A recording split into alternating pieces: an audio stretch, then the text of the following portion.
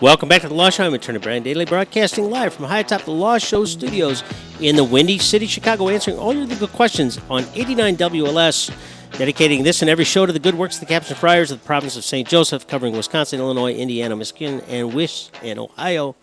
They feed the hungry, quench the thirsty, clothe the naked, house the homeless, and dignify the downtrodden.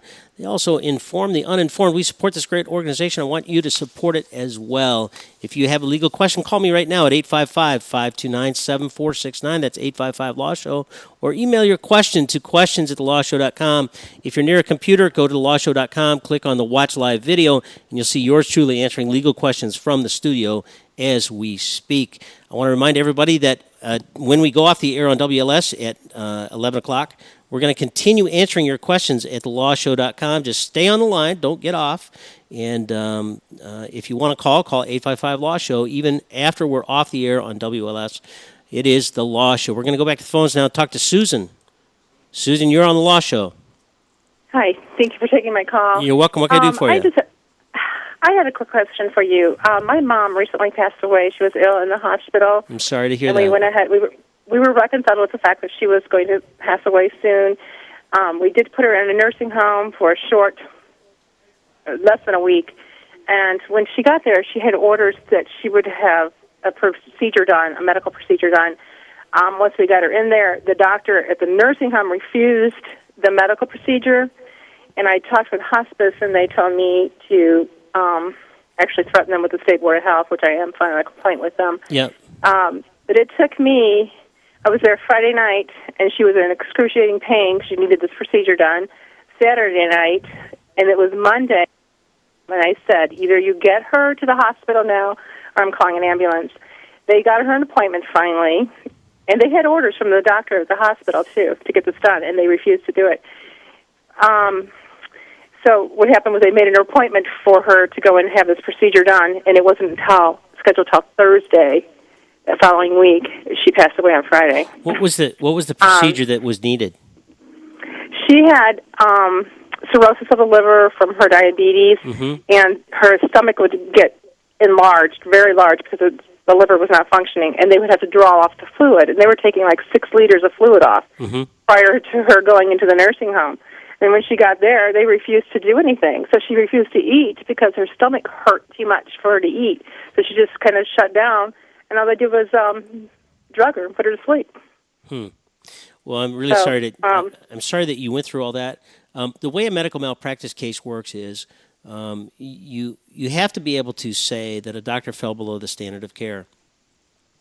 I'm not certain that a doctor refusing to provide a service is falling below the standard of care. It may. I'm not sure, but we have to get an expert who will take a look at the medical records and review it and tell us whether or not there was anything that fell below the standard of care. If there was something that fell below the standard of care, you take it to the next level and find out what is the value of the damage. Now, most people would say that because your mother knew she was going to be dying and it was imminent, that there was no damages.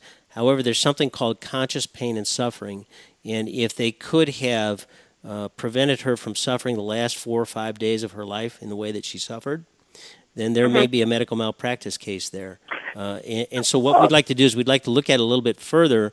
If you're interested, just put together some facts for me and send it to questions@thelawshow.com. Do you think you can do that? I could do that. Very good. Just send it to questions@thelawshow.com. I thank you for calling the Law Show, and I appreciate you listening as well. We're going to talk to Tony right now. He's got a question about bankruptcy. Tony, you're on the Law Show. Hi, first-time caller. Thank you for calling. Question. You're welcome. I heard you on the radio for the first time today.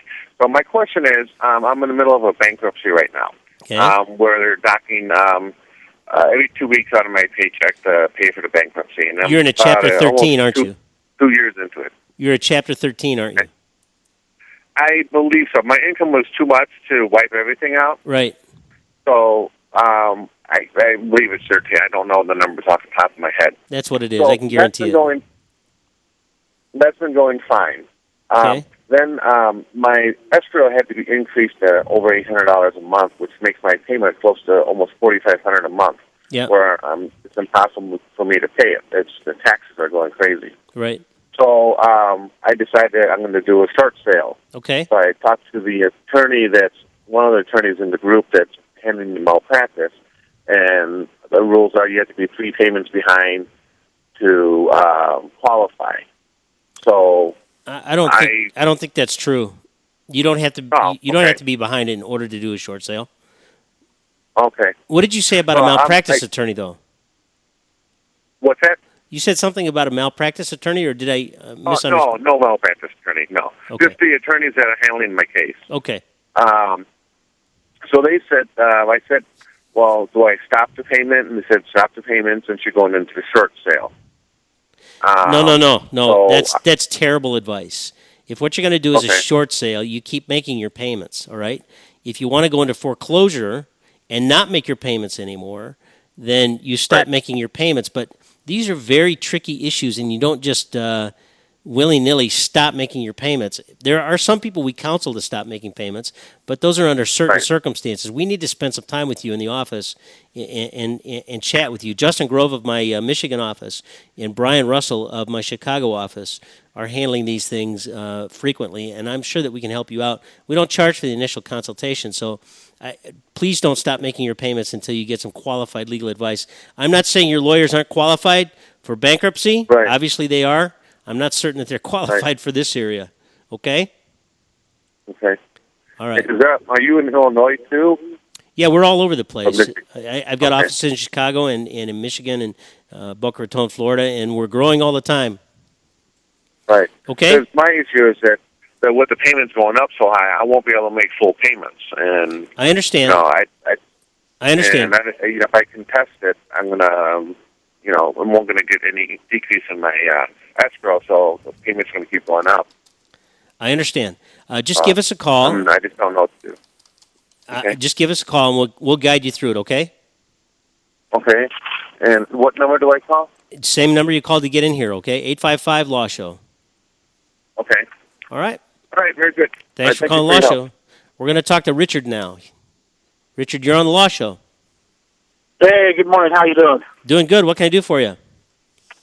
The basic umbrella question I have is, can you sue someone for loss of relationship if you proved in court that you once had a good bond, for example, with your children, and then that person perpetrated the loss of that bond?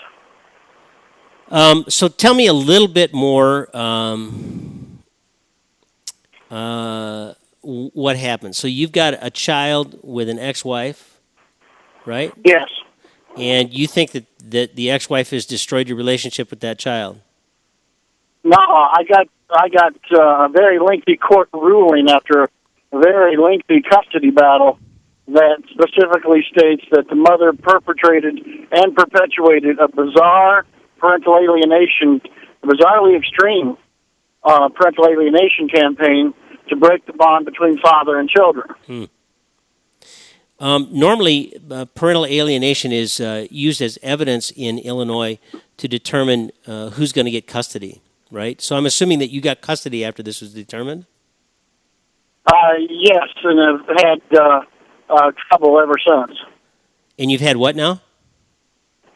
Extreme trouble with the children ever since.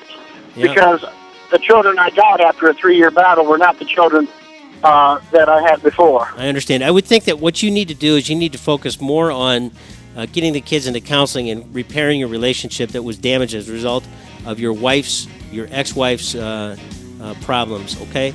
Don't focus on the lawsuit, but send me an email anyway at questions@thelawshow.com, and I'll give you more information. I'm sorry to say, but the Law Show on WLS is about to end. We've done as much as we can. We broadcast live from high atop the Law Show studios in the Windy City, Chicago, on 89 WLS every Saturday at 10 a.m. We're going to continue doing that because we enjoy doing it, and we appreciate you listening. But we're going to continue on the Law Show Extra, so even after we go off the air on WLS, stay on the phone. I'll get to your questions. No problem. Thanks for calling. It's the Law Show.